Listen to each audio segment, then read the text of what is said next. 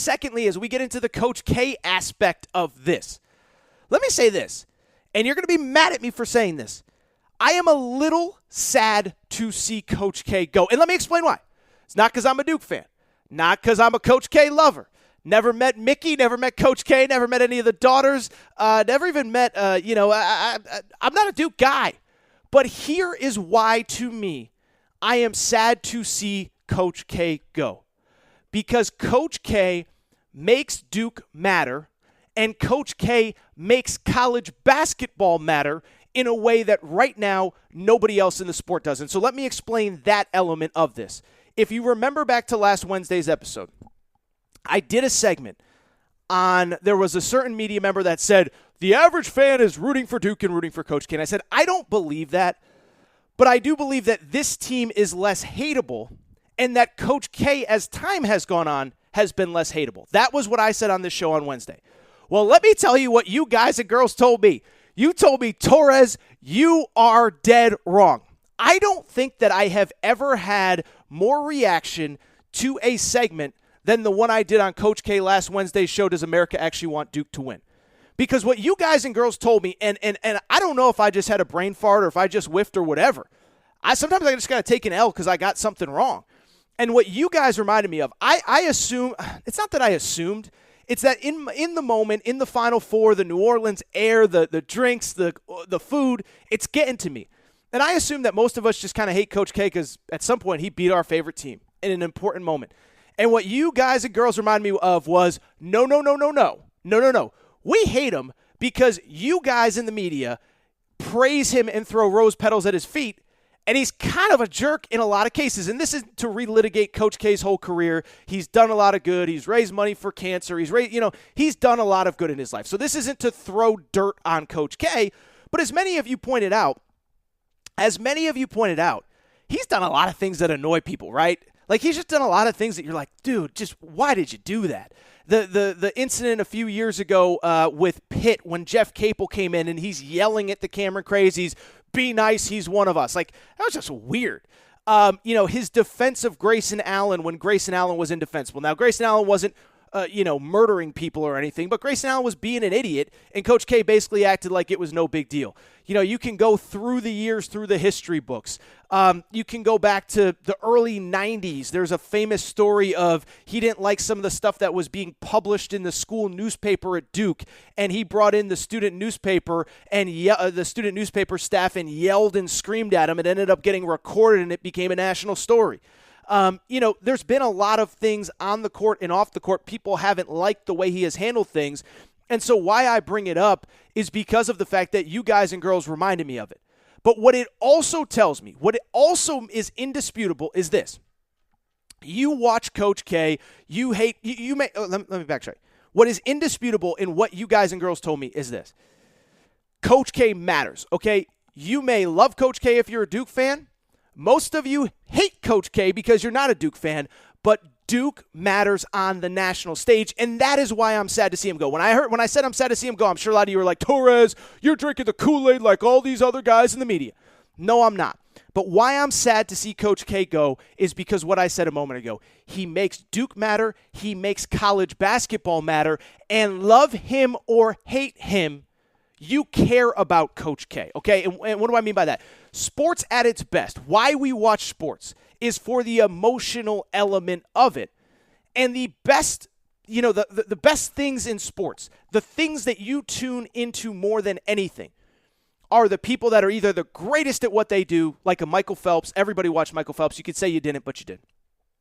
But more importantly, it's the best that also are somewhat controversial in some way. You do not like them.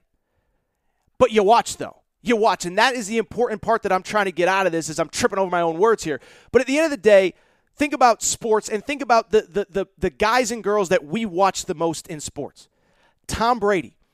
You might love him and you might hate him. But when he plays on a Sunday, you're watching. And when he announced his unretirement the other day, you were talking about it around the water cooler. And if you think he threw Bruce Arians under the bus and made him retire this week, you were talking about it around the water cooler. You may like Tom Brady, you may hate Tom Brady, but when Tom Brady plays, you watch. It's the same to an extent in the NBA with LeBron James. LeBron James, you love watching him because he's one of the two best players that's ever played the game, or you hate watching him because he's exhausting and he kind of has a Coach K vibe about he says weird stuff in the media, he does weird stuff, he makes weird comments, all that stuff. Same in other sports. Floyd Mayweather, you watch him because you love him, you watch him because you hate him, you buy his pay-per-views. Conor McGregor, it was the same when Conor McGregor was at his peak. Tiger Woods, I don't know if anybody really hated Tiger Woods, but you watched because he was compelling. And that was what Duke brought. That's what Coach K brought to Duke. And that was why I was sad to see him go on Saturday. Because when he goes, what you cannot argue is that the biggest, most notable name, most notable face in the sport is no longer here. And in a sport where increasingly the players come and go quicker and quicker, it is a sport that is defined by the coaches. Now, what I will say is later this week, after the season is done, what I do want to do is go through a segment and talk about who is the next face of college basketball, who is the next guy that is going to take that mantle from Coach K. I think there's only one or two names, but I bring it up because nobody is going to elicit more emotion from opposing fans than Coach K will. And again, it's because of what I said on Wednesday, because he beat you at some point, but it's also because of all the things that he did off the court to drive you crazy. But you tuned in to watch. You tuned in to care because you do care about Coach K and because you either wanted to see him win or more likely you wanted to see that guy lose. And so as we wake up here on Sunday and Monday and realize that Coach K is out of our lives, I'm just a little bit sad about it because college basketball, I don't want to say it becomes less relevant, but I do think Duke becomes somewhat less hateable, which brings me to the final point, and then we'll stop. We'll get to Carolina and we'll preview Monday's games. But my other big thought, not just big thought about this game, but about Duke basketball as a whole, I think the big question now becomes, is Duke as hateable without Coach K? Is Duke as hateable without Coach K? Because when I look at the situation, I don't know that they are. And I also had a realization over the last couple days about the future of Duke basketball as Jon Scheyer is now the head coach of Duke. And this is going to upset some of you when I say it. The absolute best thing for college basketball would be if Jon Scheyer is absolutely awesome. He's got the number one recruiting class coming in. And the best thing for college basketball going forward would be if Jon Scheyer, with all the 5 stars he's got coming in, Derek Lively, Kyle Filipowski, Dariq Whitehead, for people who don't follow recruiting, they got a loaded class coming in. The best thing that could happen for Duke basketball and for college basketball is for Duke to be awesome again next year, to be like 28-5 and a 1 seed heading into the NCAA tournament. Because the worst thing that can happen for Duke basketball is to be the worst thing is to be something that they have not been over the last couple years, which is a national talking point in this sport every single season. Now, look, we all know that this was Duke's first Final Four since 2015. We all know that Coach K, 2 Final Fours in however many years since 2004. So, 3 Final Fours, so 2010, 2015, 2022. So we're really talking over the last 15, 16 years, 3 Final Fours. But at the same time, they have mattered every single year, and that's why I think it's important for college basketball for Jon Scheyer to be a really awesome coach. I mean, just imagine if you've hated Duke your whole life, which most of us have. Imagine if Jon Scheyer comes out and goes 31-3 next season and has Duke back in the Final Four. You know what you're going to be thinking as you tune into that Final Four game? Oh, my God. Did they just find the next Coach K? Oh, my God. Was Coach K actually holding this program back? Oh, my God. Am I in for another 40 years of Duke basketball being dominant and awesome and getting all the best players and being the biggest storyline every single year? You can argue with me. You can fight with me. That would be the best thing possible for college basketball.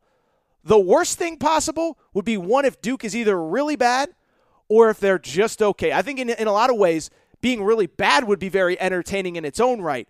But the one thing they can't be is just kind of okay. The one thing they can't be is eh.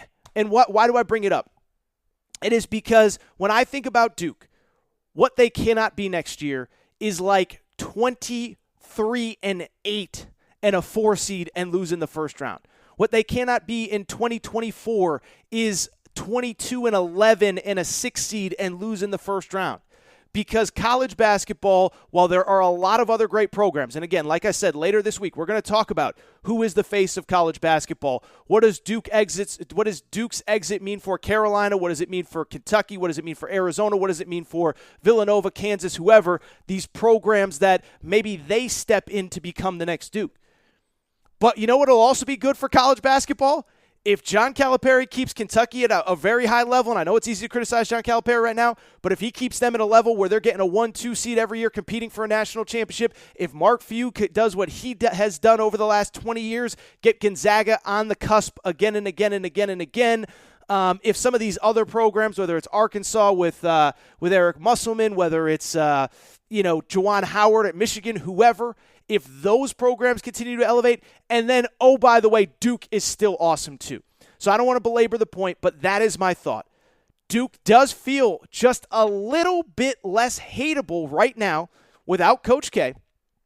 And then on top of that, what I would also say is not only do they feel less hateable, the only way to get them back to their level of hateability is for them to be awesome again. So you can disagree. I want to get to Carolina. I want to preview Monday night's game. But I did just want to say I do think that college basketball lost a little something without Coach K last night. And I know it's easy in the moment to just be excited, easy in the moment to just to just be happy that Coach K is gone. But at some point, you're going to tune into a Duke game next year, and it's just not going to be the same rooting against Duke without Coach K.